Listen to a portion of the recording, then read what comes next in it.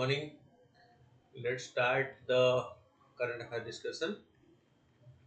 So the first topic that we'll take up today,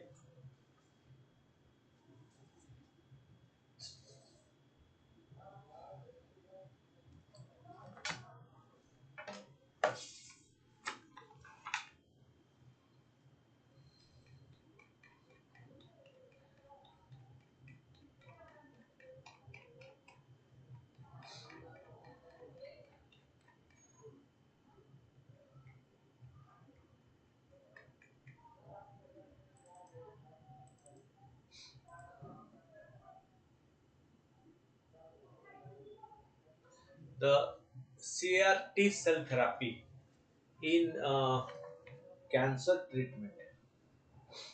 Okay, but this is CRT cell therapy in cancer treatment. When you come across cancer, normally fear develops in your mind, cancer. But human mind started searching to check cancer or to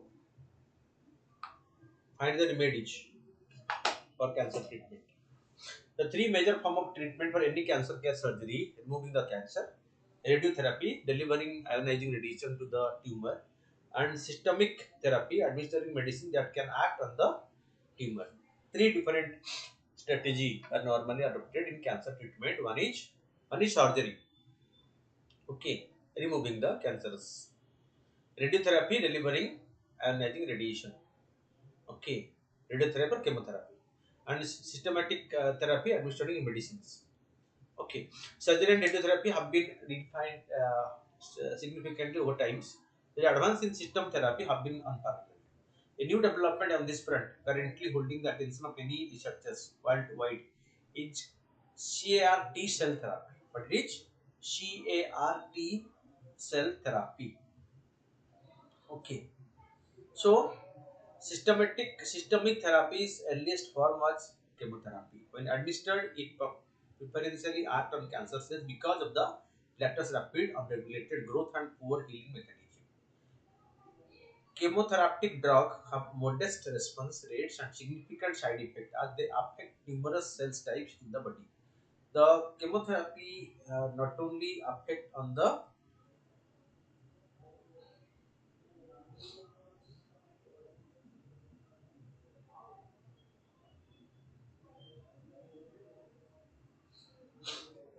on the cancerous cell, but also on other cells, numerous cell types in the body, so it has its side effects.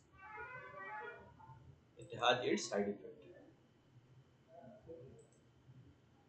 The next stage in this evolution was targeted agents, aka immunotherapy. The drug bind to specific target on the cancer or in the immune cell that helps the tumor grow or spread. This method often has fewer side effects and the impact on non-tumor cell is limited. However, it is effective only against tumor that express these targets. What are CRT cell? Uh, Chimeric antigen receptor (CAR) T cell therapies represent a quantum leap in the sophistication of cancer treatment, unlike chemotherapy or immunotherapy, which requires mass-produced injectable and oral medication. The CAR-T cell therapies use patient's own cell. They are modified in the laboratory to activate T cells, a component of immune cells, to attack tumors. These modified cells are then infused back into the patient's bloodstream after conditioning them to multiply more effectively. The cells are even more specific than targeted agents and directly activate the patient's immune system against cancer, making the treatment more clinically effective. This is why there is called the living drugs. How does it work? The CRT cell therapy, the patient's blood is drawn to harvest T cells, immune cells that play a major role in destroying tumor cells. Researchers modified these cells in the laboratory so that they express specific protein on their surface known as the chimeric antigen receptor or CAR. They have an affinity for protein on the surface of the tumor cells. This modification in the cellular structure allows CRT cell to effectively bind to the tumor and destroy it. Conventional chemotherapy or immunotherapy comprises molecules that bind to the tumor or block block chemical pathway that allow the tumor to grow or multiply, but do not directly affect the immunosystem. But this system also is linked to the immunosystem of the individual, fine, or the patient. The final step in the tumor destruction involves its clearance by the patient's immune system. So, patient's own immune system destroy the cancer cell and get rid of it. That is why this is more advanced or more effective than anything else. Okay. When there are abnormality in the immune system or when the tumor finds a way to evade it, the cancer resists these drugs. Okay. In say active cell therapy, the immune system is activated when the modified T cells are reintroduced into the body. Because the modified T cells are reintroduced to the body, so they have a better effect. That is why it is considered as a better treatment.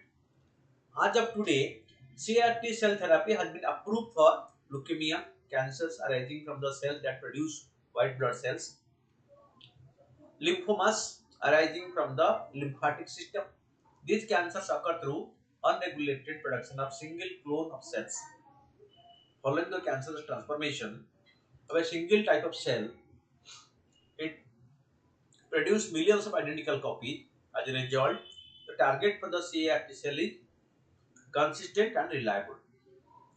CRT cell therapy is also presently used among patients with cancers that have returned after an initial successful treatment of or which have not responded to previous combination of chemotherapy or immunotherapy. Fine, that is why this is considered as more useful or more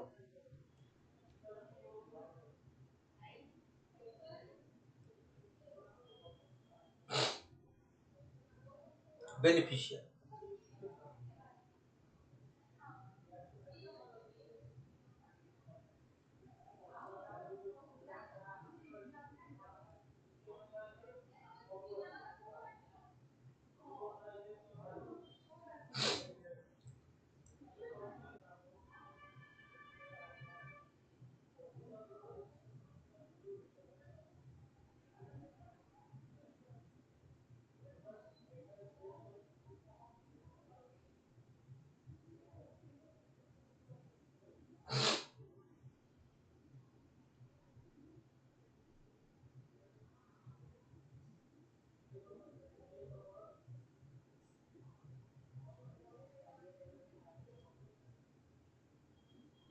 Okay, so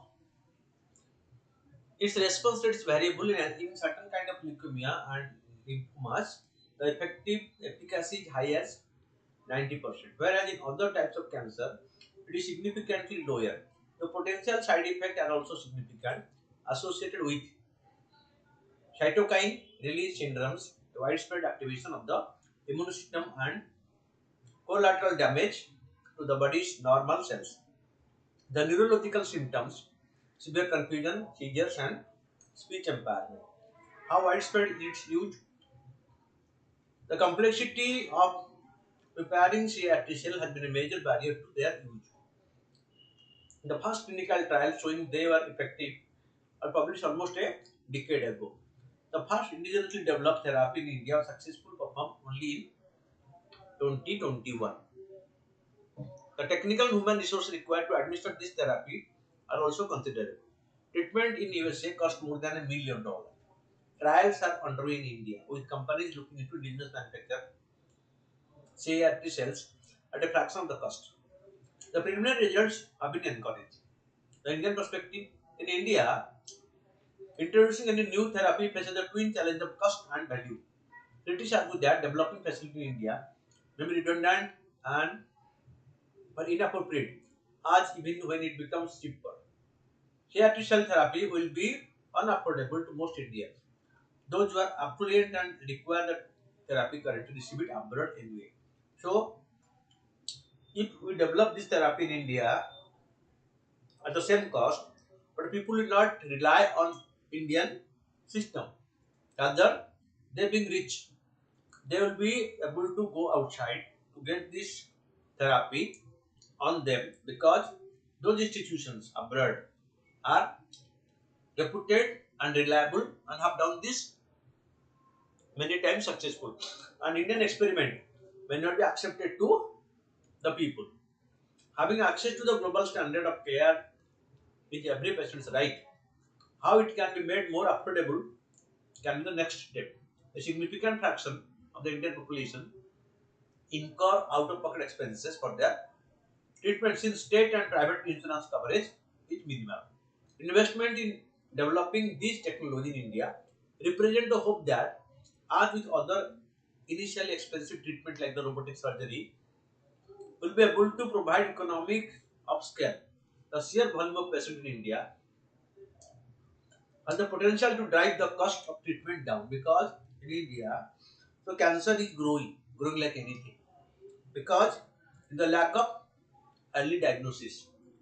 But unlike in European American country where there is compulsory annual diagnostic is being done or being taken by the people, in India, normally people never go for a normal cancer check at regular interval. But in other countries, they have made it a part and parcel of their annual health checkup.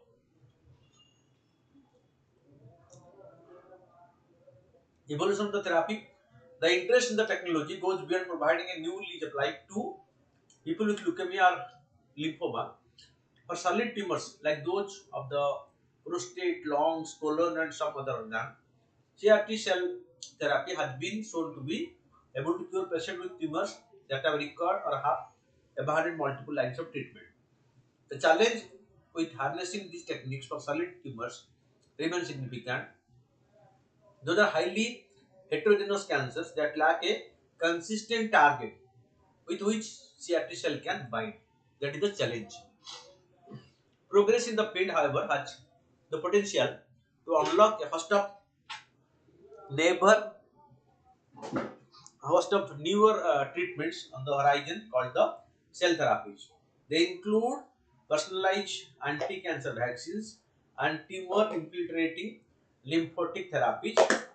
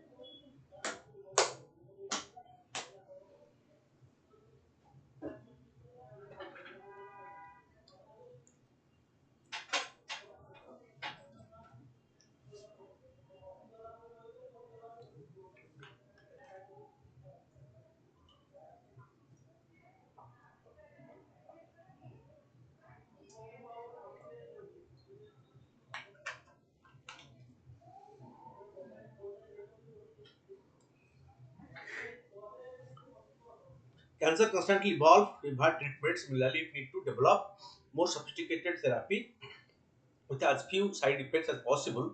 Cell therapies hold this promise and will also help us understand this genetic disease and its complexity better. So, this is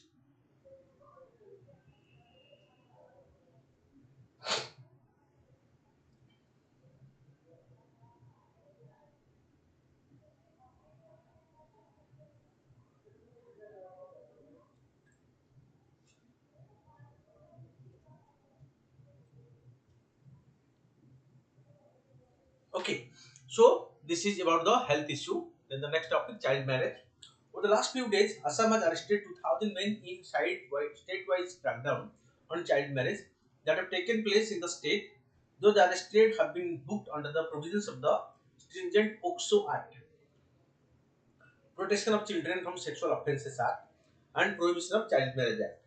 Chief Minister Hemant Biswa Sharma said that the police will retrospectively book people who participated in the child marriage the last 7 years, and the focus will especially be on mullah, kajis, and the pujaris conducting these marriages.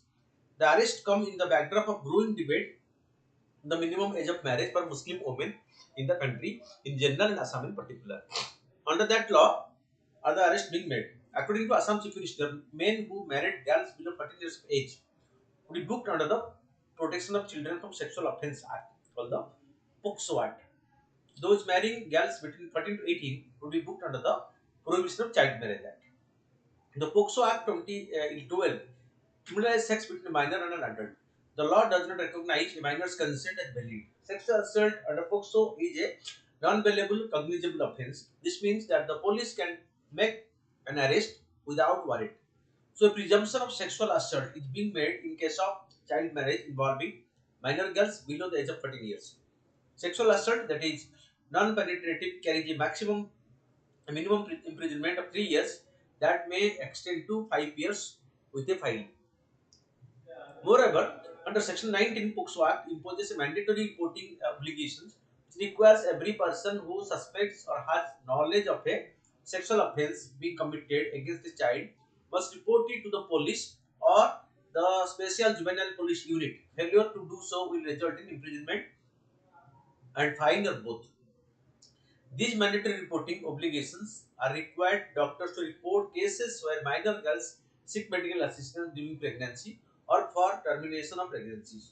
Often, doctors are forced to report sexual activities involving minor girls, even if all parties involved have consented to the marriage. That means, so both the sides, all the parties in the team, they agreed for this marriage, but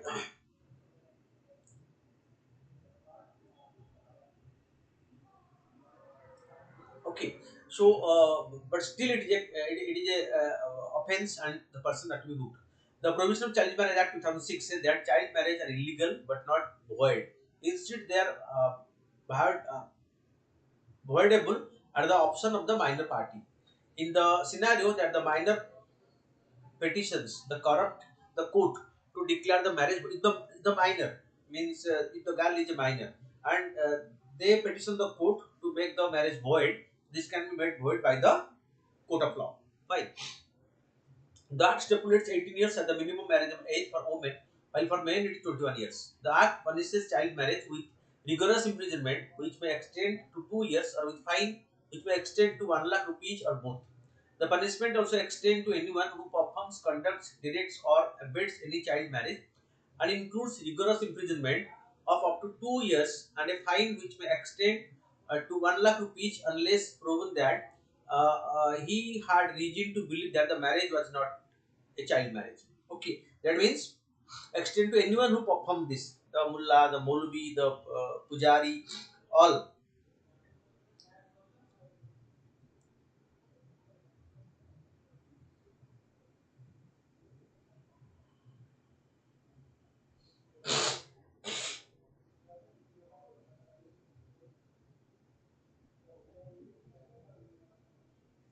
Okay,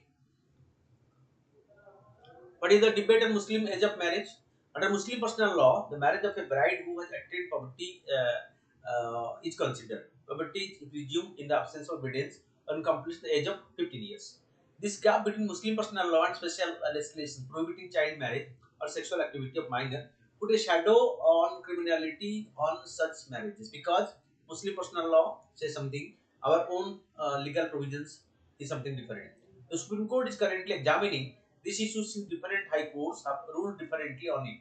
In January 13, 2023, a bench of the CJI, Chandrachud bench, the Supreme Court agreed to hear an appeal against a 2022 decision of the Punjab and Haryana High Court, which allowed a 16 and a half year old Muslim girl to marry a person of her choice after attending puberty. The National Commission on Protection of Child Marriage has filed the appeal.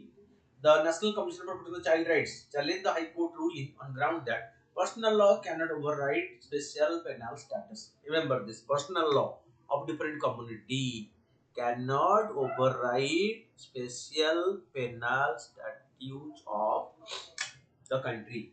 The National Commission for Women also filed a petition in the Apex Court in December 2022, where it set direction to make the minimum marriageable age of Muslim at par with the other communities. The court has issued notice and appointed a senior advocate, Rajsekhar Rao, as Amish Kuri, to assist in the matter.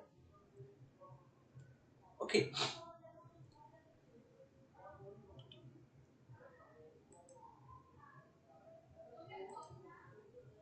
The SC intervention came after various high courts ruled differently on this issue.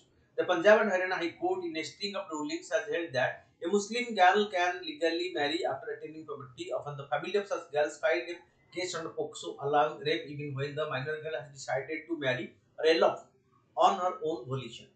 In October 2022, the Karnataka High Court quashed a POCSO case against a Muslim man who was arrested after hospital made mandatory disclosure under the law when his pregnant wife, aged 17 years and 2 months, visited a doctor. Fine.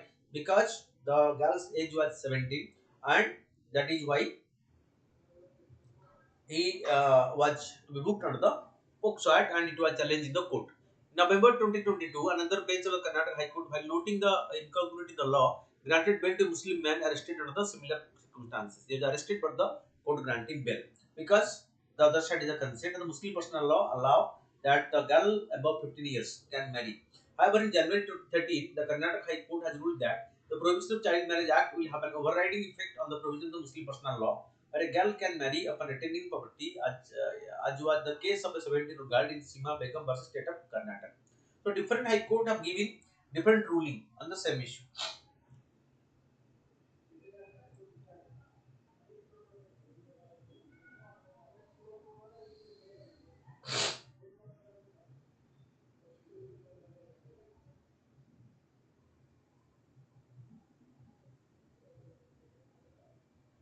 Okay. In 2021, the central government sought to introduce the Prevention of Child Marriage Bill 2021 to raise the marriageable age of women across all religions from 18 to 21. However, the Parliament panel examining this is yet to submit its report. After receiving an extension in October 2022, government has proposal to increase the marriageable age from 18 to 21. But the parliamentary panel is examining this, and it has not been passed in the parliament, so not been enforced. In line with the centre's attempt was establishment of the Jaya Jetli Committee on June 2020 by the Ministry of Women and Child Development, following which the committee submitted a report stating that the marriageable age uh, okay of women should be increased from 18 to 21 years of age in light of factors like reproductive health, education, etc. In December 2021, Union Minister for Women and Child Development said that the Protection of Child Marriage Amendment Bill 2021, we seek to raise the age of legal marriage of women from 18 to 21, will apply to all communities in the country, and once enacted will supersede existing marriage and personal laws. So this law, what the government want to bring right now and which is put in the parliamentary committee, if it is passed, so it will definitely bring a big change in the attitude towards marriage.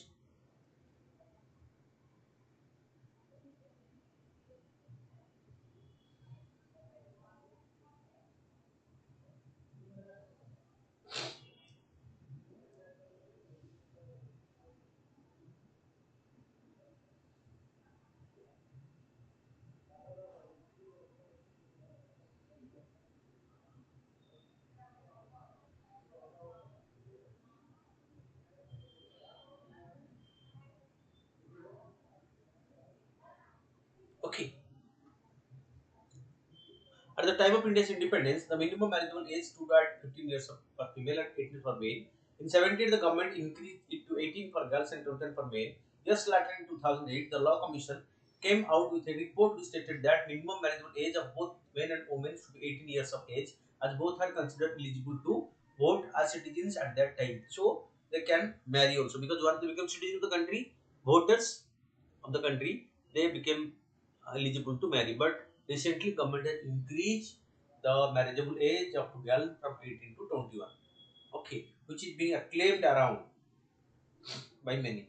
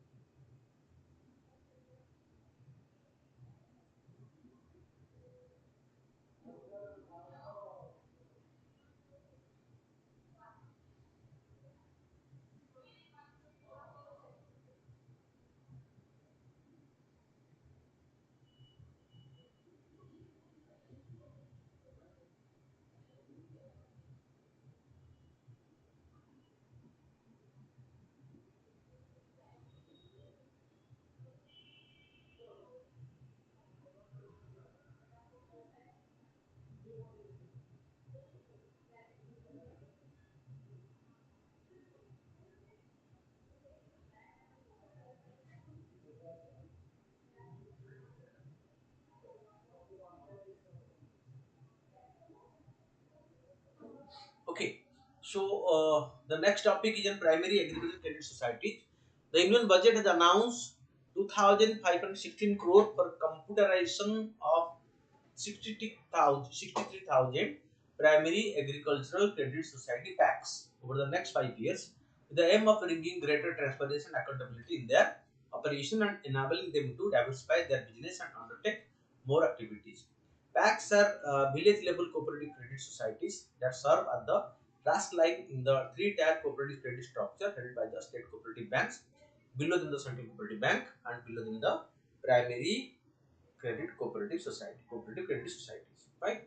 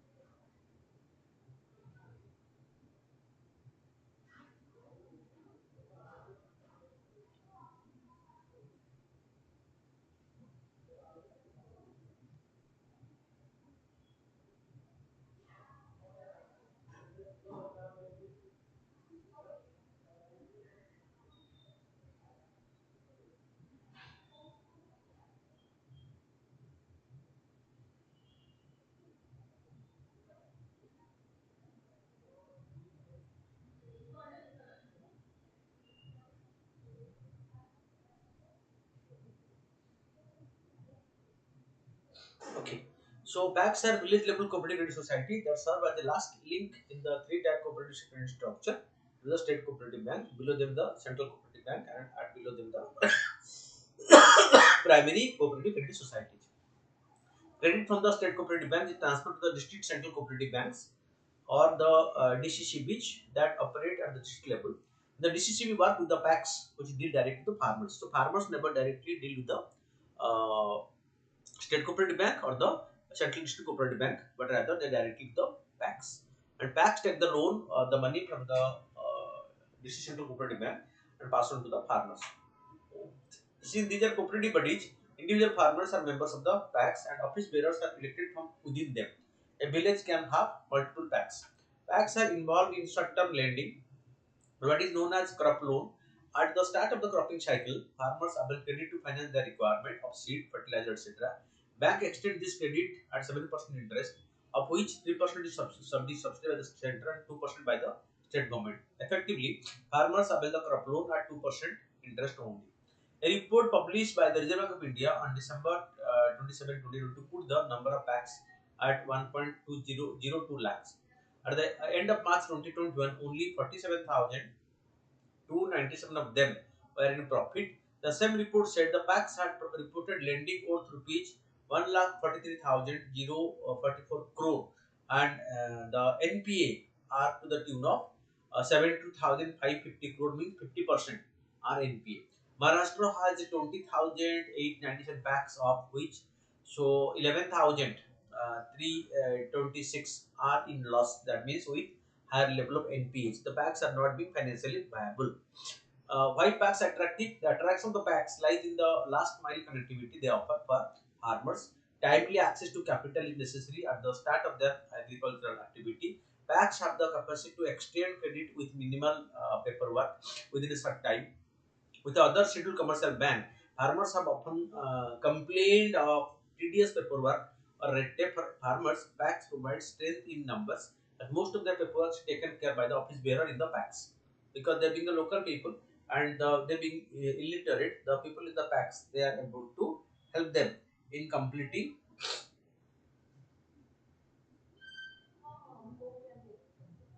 okay, achieving this. Fine.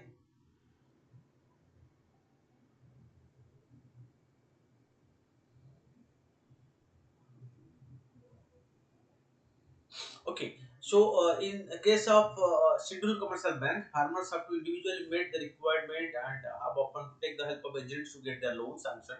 Numbers annual report in 21-22 show that 59.6% of the loans are extended to the small and marginal farmers to the banks. Okay, that means loans given banks are giving around 60% to the small farm, that their needs are fulfilled by the banks. Since banks are cooperative bodies, however, political compulsions often trump financial discipline and the recovery of loan is hit. Chairperson of the PACs participate in election of the office bearers of the district central cooperative banks. Political affiliations are important here as well. Where is the computerization needed? Expert point out that when the state cooperative bank and the district central cooperative bank are connected to the core banking software, PACs have not. Some PACs use their own software, but a complete platform is necessary to bring about uniformity in the system. Computerization of PACs has already been taken up by few states, including Maharashtra. Maharashtra State Cooperative Bank has planned to directly lend to PACs in district where the DCCB are either financially weak or have lost their banking license. In such a scenario, computation of PACs would help in bringing it to other domain, and this facility will make it transparent, accountable, and okay, this will definitely improve the situation.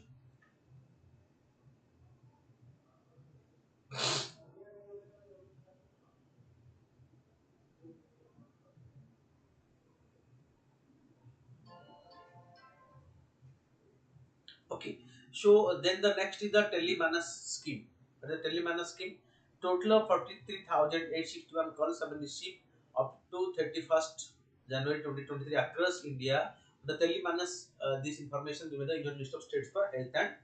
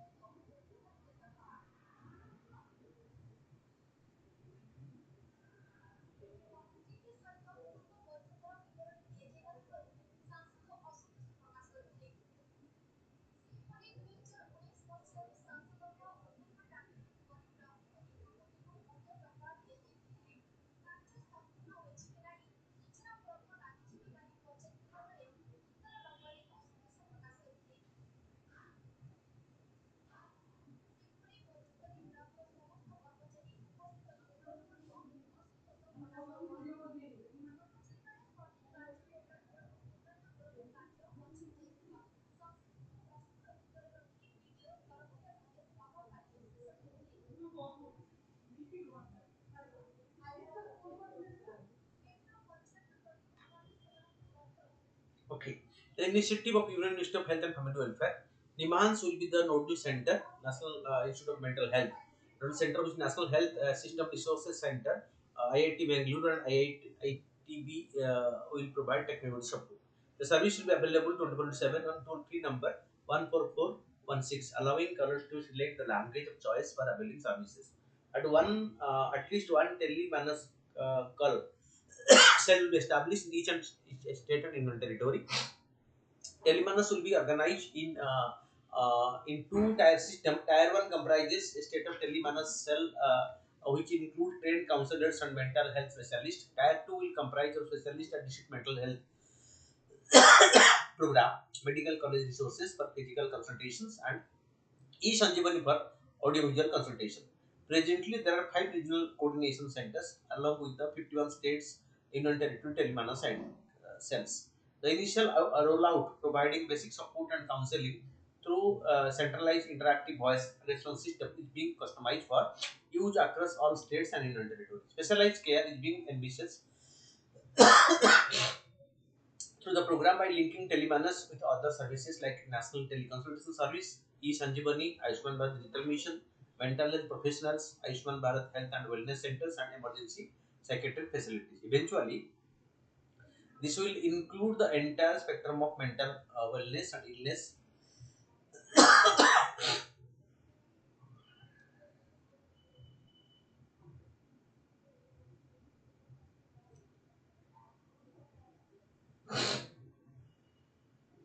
Okay.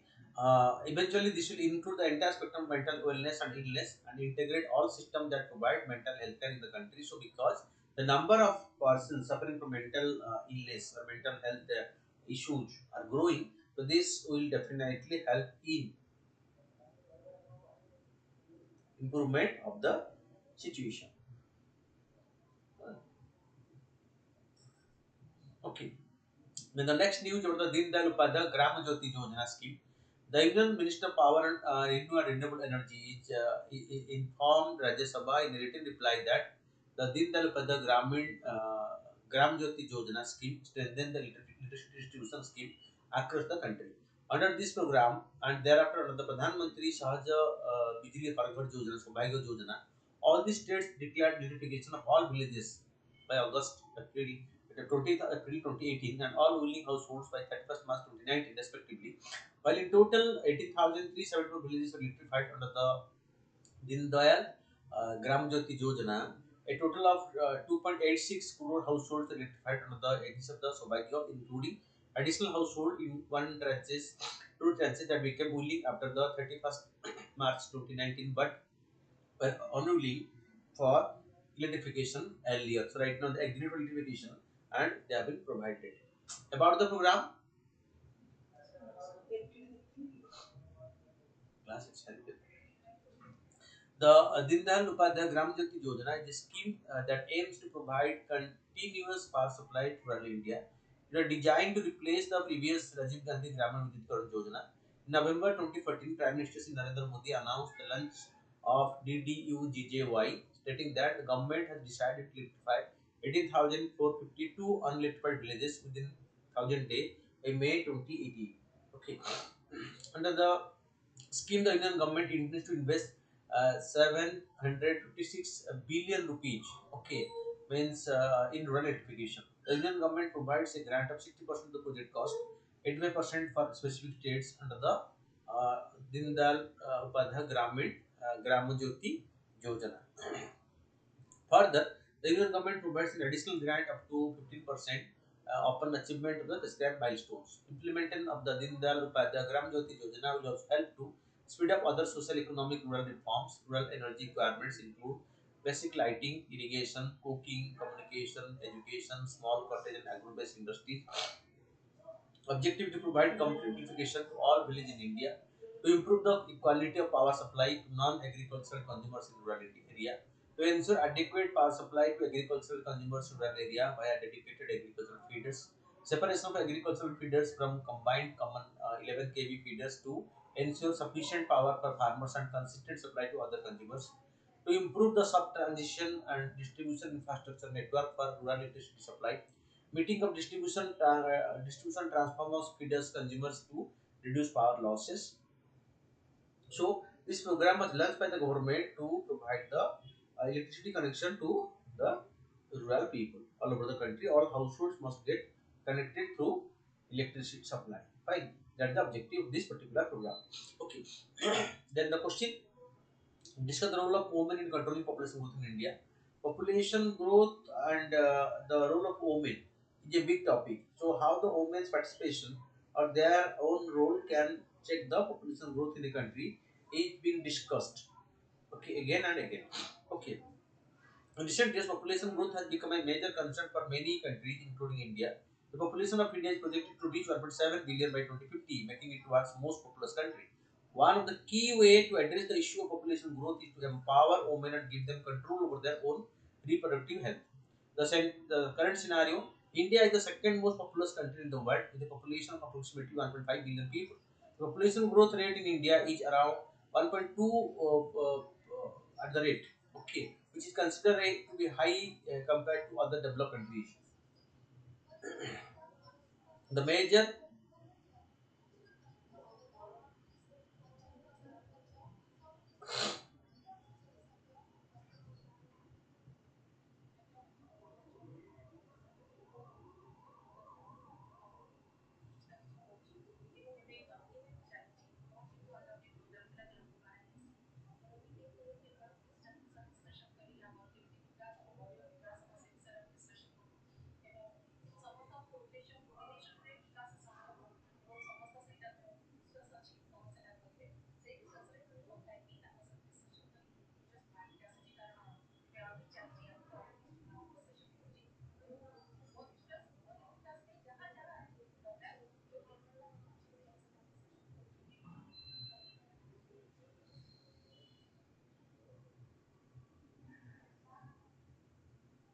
Okay, so women empowerment is crucial in population growth as it gives women the right to make informed decisions about their own reproductive health. When women are empowered, they have the right to access quality healthcare services, including family planning services, and can choose the number of children they want to have, how many children they want. In India, the government has implemented various programs and initiatives to empower women and provide access to reproductive health services. For example, the Janani Surakha Yojana program provides financial incentive to women to deliver their babies in health institutions and undergo institutional deliveries. Role of education in controlling population growth. Education play a vital role in empowering women and controlling population growth. Women who are educated are more likely to be aware of family planning methods and have a great higher level of decision making power within their families. In India, various programs have been implemented to promote education for the girls, including the Beti Bachao, Beti Padhao, Save Daughter, Educate the Daughter campaign. The campaign also aims to promote the education of girls and address the issue of female infanticide and sex-selected abortions or foeticide, female foeticide. Okay. Role of family planning services. Family planning services are crucial for women to control population growth. In India, various family planning methods, including natural and modern methods, are available. However, the availability of these services is limited and many women do not have access to quality family planning services in the country. If that is made available, so it will be better. The government has implemented various programs and initiatives to improve access to family planning services, including the National Rural Health Mission, the NRHM program. The NRHM program provides funding for the establishment of rural health centers that provide family planning services. In conclusion, it can be said the role of women in controlling population growth in India is crucial.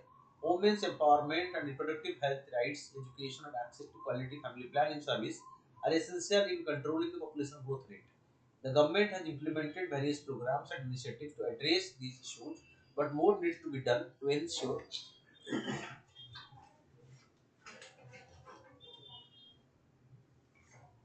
Okay, more need to be done to ensure that all women have access to these services. It is important to continue to promote women's empowerment and provide quality family planning services to ensure sustainable population growth in the country. Right.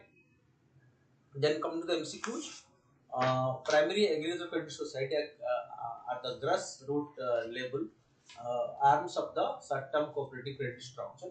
Primary agricultural credit society can be started with 10 or more people belonging to a village. Here both are correct. Okay. What's the following statement for the Saubhagya scheme? Pradhan Mantri Sahaj Bijli Har Ghar Yojana Saubhagya is a scheme to ensure electrification of all dwelling households in the country in rural areas only. Okay. Or housing, not willing unwilling. Okay, the benefit of the utility connection would be identified using socio-economic and caste census 2021. Okay, so this will be free connections to the poor family. So two is correct, one is incorrect. Not all, because only the economical weaker section. Then with reference to the mental health assistance and networking across states, okay, the Tele-MANAS, that's the following statement. Subjective is to provide free telemental health service all over the country around the clock, particularly catering to people in remote and underserved areas. The initiative of the Union Ministry of Ayush. Okay, so it is only one correct, two is not correct. Okay, it is the that mental health. So mental health. That is the following statement regarding the provision of the Protection of the Child from Sexual Offence Act. The Act defines child as any person below 18 years of age. Okay, so that is not correct. Okay, child here is less than 14 years. Then it is a gender neutral law. Definitely, boys and girls that taken equally. Recognizes consensual sex act among children or between the child and adult. Okay, so it recognizes consensual sex act among children between child and the adult. It recognizes.